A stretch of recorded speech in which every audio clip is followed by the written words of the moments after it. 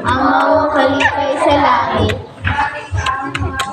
Ug ipatik sa among mga kasing-kasing, ug ipalalok sa among mga dalunggan.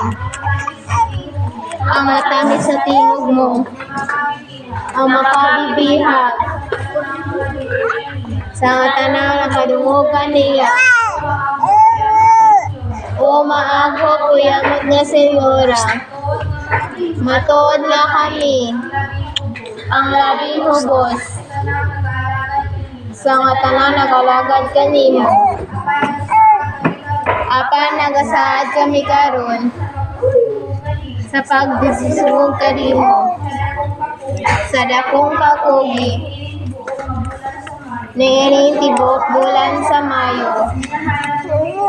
Inahan mo mahigmaon kami mo anhi sa adlang tanan